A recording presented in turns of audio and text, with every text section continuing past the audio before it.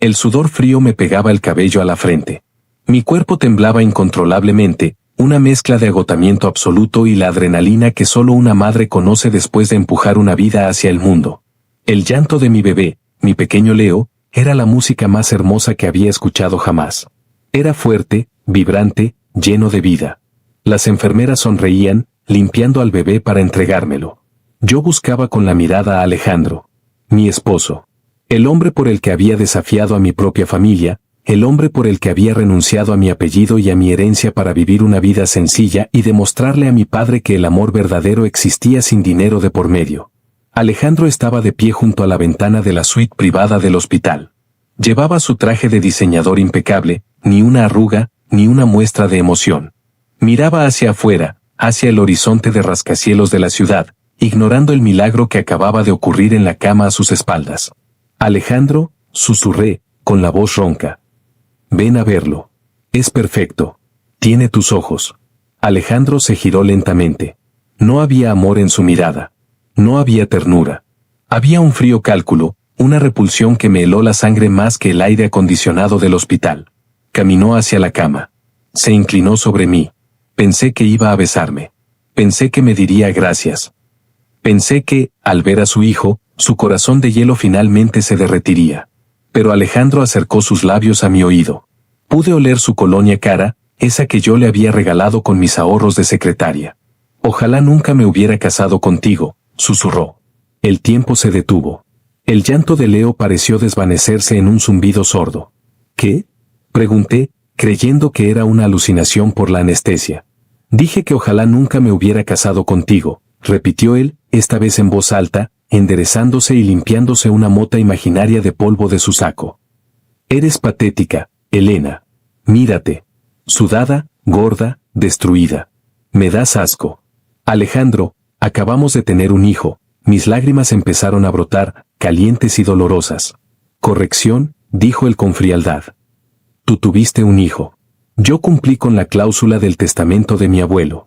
Necesitaba un heredero varón antes de cumplir los 30 para acceder al fideicomiso familiar de $500 millones. Y tú, con tu fertilidad de campesina y tu ingenuidad, fuiste la incubadora perfecta y barata. La puerta de la habitación se abrió de golpe. Entró doña Teresa, mi suegra. Una mujer que siempre me había mirado como si yo fuera una mancha en su alfombra persa. Entró seguida de una mujer joven, rubia y despampanante, Valeria, la socia de Alejandro. ¿Ya nació? Preguntó Teresa, sin siquiera mirarme. ¿Es varón? Es varón, madre, dijo Alejandro, sonriendo por primera vez, pero no a mí, sino a los millones que ese bebé representaba. Perfecto, dijo Teresa. El abogado ya tiene los papeles listos. Valeria, querida, llama a la prensa. Anuncia el nacimiento del heredero de los Valladares. Pero asegúrate de que en la foto solo salgan Alejandro y el bebé. Nadie quiere ver a la madre. Valeria se acercó a la cama y me miró con lástima fingida. Pobrecita, dijo. Te ves terrible, querida. Deberías descansar. Alejandro y yo nos encargaremos de todo a partir de ahora. ¿De qué hablan? Grité, intentando incorporarme, pero el dolor me lo impidió. Es mi hijo. Alejandro sacó un sobre de su bolsillo y lo tiró sobre mis piernas. Son los papeles del divorcio, Elena. Fírmalos. Te doy una pensión de $1,000 al mes por un año. Es más de lo que ganabas en esa cafetería donde te encontré. No voy a firmar nada, dije, abrazándome a mí misma, sintiendo el vacío de mis brazos sin mi bebé, que las enfermeras, confundidas por la tensión, habían puesto en la cuna lejos de mí. ¿Vas a firmar?, intervino Teresa, acercándose. Porque si no lo haces, te declararemos mentalmente incompetente. Tenemos doctores pagados que dirán que tienes depresión posparto severa y tendencias violentas. Nunca verás al niño. Son unos monstruos, sollocé. Somos gente de negocios, querida, dijo Teresa. Y tú fuiste una mala inversión emocional, pero una excelente inversión biológica. Ahora, tu contrato ha terminado. Alejandro se acercó a la cuna. Miró a mi hijo como quien mira un cheque al portador. Bienvenido al mundo, Alejandro Jr., dijo él. Tu madre se va a ir un tiempo. Pero no te preocupes, Valeria será una excelente madrastra. Sáquenla de aquí, ordenó Alejandro a sus guardias de seguridad que esperaban en el pasillo. Quiero que esta habitación esté limpia para las fotos. Y llévense sus cosas baratas. 2 hombres entraron. Me levantaron de la cama, aún sangrando, aún débil. Me pusieron en una silla de ruedas. No, mi bebé. Déjenme despedirme. Grité, estirando los brazos hacia la cuna. Pero nadie me escuchó. Las enfermeras bajaron la mirada, intimidadas por el poder de los Valladares. Alejandro me dio la espalda. Teresa se estaba retocando el maquillaje. Me sacaron por la puerta trasera del hospital, bajo la lluvia. Me dejaron en la acera con una bolsa de plástico que contenía mi ropa vieja y el sobre del divorcio. Me quedé allí, bajo la tormenta, viendo las luces de la habitación del hospital donde mi hijo estaba siendo sostenido por la amante de mi esposo. Lloré hasta que no me quedaron lágrimas. Lloré hasta que sentí que me moría. Pero en ese momento, en el fondo más oscuro de mi desesperación, recordé quién era yo realmente. Ellos pensaban que yo era Elena García, la huérfana pobre.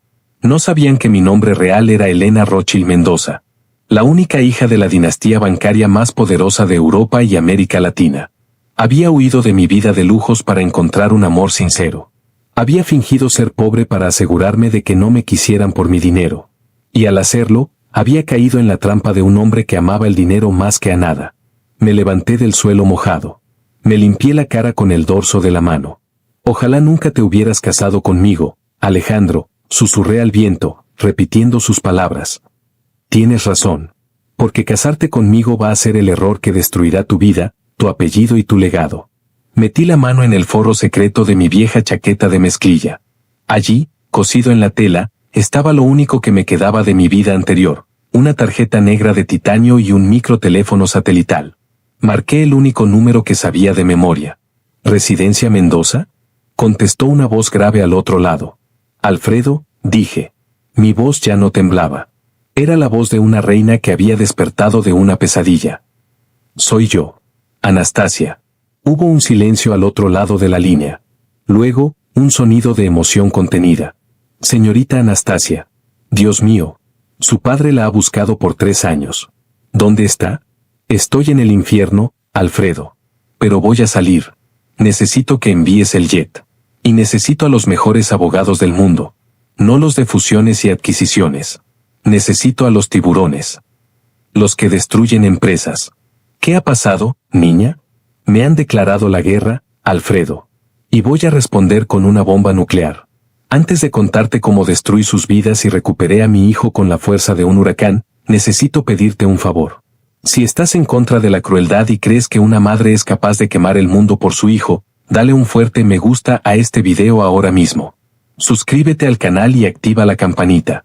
Lo que estoy a punto de hacerle a la familia Valladares es algo que se estudiará en los libros de historia de la venganza. Créeme, no querrás perderte ni un segundo. La transformación. Pasaron 6 meses. 6 meses en los que el mundo creyó que Elena García había desaparecido, probablemente muerta en algún callejón. Alejandro vivía la gran vida. Con el nacimiento de Leo, había accedido a su fideicomiso. Compró yates, mansiones y convirtió a Valeria en la señora de la casa. Mi hijo estaba siendo criado por niñeras, mientras su padre posaba para las revistas como el empresario del año. Pero en las sombras, algo se movía. Regresé a la mansión de mi padre en Suiza. Me recuperé físicamente. Entrené mi mente y mi cuerpo. Y junto a mi padre, que lloró de rabia al saber lo que me habían hecho, trazamos el plan. No solo quiero a mi hijo de vuelta, papá, le dije una noche frente a la chimenea. Quiero que sepan quién soy. Quiero que Alejandro sienta lo que es ser patético y pobre. Quiero comprar todo lo que ama y quemarlo frente a sus ojos. Mi padre asintió. Entonces hagámoslo.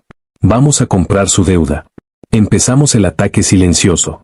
A través de empresas fantasmas, mi conglomerado, Grupo Aurora, comenzó a comprar los pagarés de la empresa de Alejandro. Compramos sus hipotecas. Compramos a sus proveedores. En 3 meses, éramos dueños del aire que respiraba Alejandro Valladares, y él ni siquiera lo sabía. Él pensaba que sus negocios iban viento en popa porque un inversor misterioso estaba inyectando capital. Su ego le impedía ver la trampa. El momento de la revelación llegó. Alejandro organizó una gala masiva para celebrar el primer año de su empresa renovada y, de paso, anunciar su compromiso oficial con Valeria. Iba a ser el evento social de la década. Yo recibí una invitación. No como Elena García, sino como la CEO del Grupo Aurora, la inversora mayoritaria que él se moría por conocer. Llegué a la gala en una limusina blindada. Llevaba un vestido de alta costura negro, cubierto de diamantes reales, no las imitaciones que Valeria usaba. Mi cabello, antes castaño y descuidado, ahora era una melena negra y brillante. Mi maquillaje era afilado, mis tacones eran armas. Entré al salón de baile. El silencio se hizo presente. Nadie me reconoció al principio.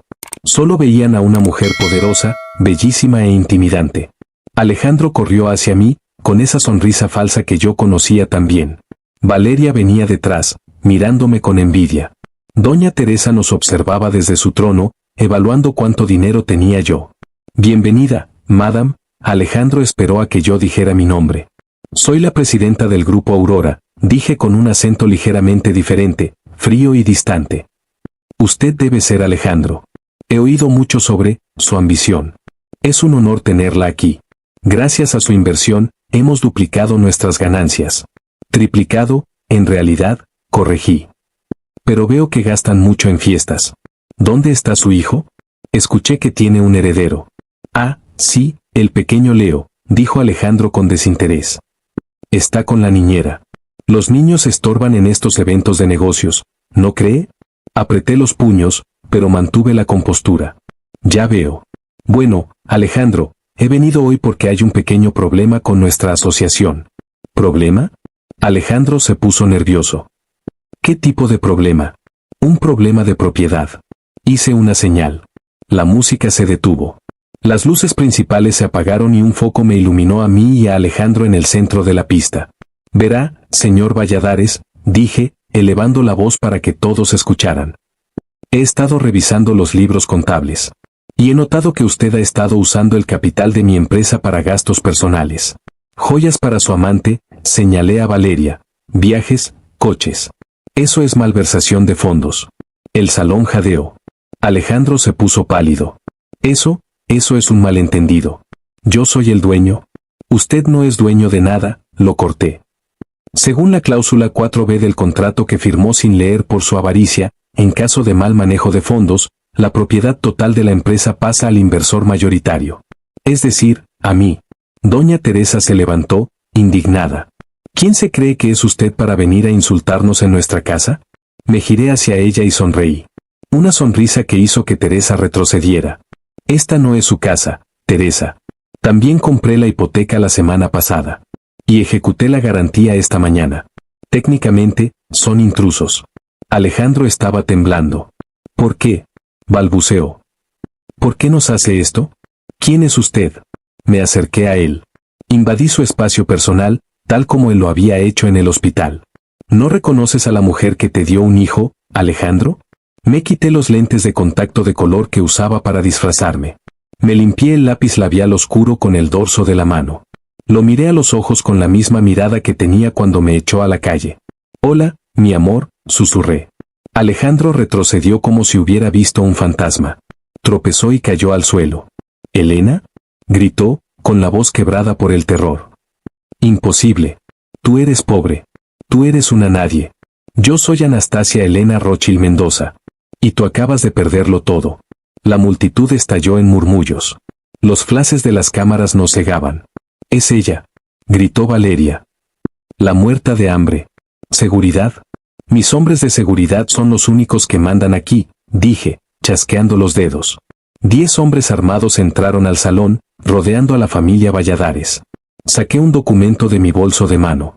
Alejandro, te dije que firmaras el divorcio. Pero como me echaste antes de que pudiera leer la letra pequeña de tu propia trampa, sigues casado conmigo. Lo que significa que la mitad de tus deudas son mías, pero como yo soy el banco, acabo de perdonarme mi parte. Tu parte, sin embargo, sigue vigente. Me debes $50 millones. Y como no tienes con qué pagar, vas a ir a la cárcel por fraude. No, gritó Teresa, cayendo de rodillas. Elena, hija, siempre supe que tenías clase. Podemos arreglar esto. Somos familia. La miré con un asco infinito. Usted me dijo que mi hijo era una inversión biológica. Usted dijo que no quería ver mi cara. Bueno, deseo concedido. Hice otra señal. Alfredo, trae a mi hijo. Mi mayordomo y mano derecha entró por la puerta principal, cargando a Leo en brazos. Mi bebé, mi hermoso niño de 6 meses, estiró los brazos al verme. Corrí hacia él y lo abracé. Sentir su peso, su olor, fue la medicina que mi alma necesitaba. Nadie volverá a separarnos, le prometí. Me giré hacia Alejandro, que seguía en el suelo, llorando. Me dijiste al oído, ojalá nunca me hubiera casado contigo. Bueno, Alejandro, hoy te concedo ese deseo. Porque a partir de hoy, para el mundo, tú no existes. Eres un fraude, un criminal, y un padre que abandonó a su hijo. Elena, por favor, suplicó él, arrastrándose hacia mis pies. Te amo. Todo fue un error. Valeria me obligó. Valeria gritó indignada, mentiroso. Tú planeaste todo. Llévenselos, ordené. La policía, a la que mis abogados habían llamado previamente con todas las pruebas del fraude, entró en el salón. Esposaron a Alejandro y a Valeria. Teresa se desmayó, o fingió hacerlo, y fue sacada en camilla. Mientras se llevaban a Alejandro, él me miró una última vez. Sus ojos estaban llenos de arrepentimiento, pero no por amor, sino por haber perdido la mina de oro que tuvo en sus manos y despreció. Soy el padre de ese niño, gritó. Tú fuiste un donante, respondí. Mi hijo tendrá un padre de verdad algún día. Uno que no necesite dinero para sentirse hombre. El desenlace. Alejandro fue condenado a 15 años de prisión por fraude masivo y malversación.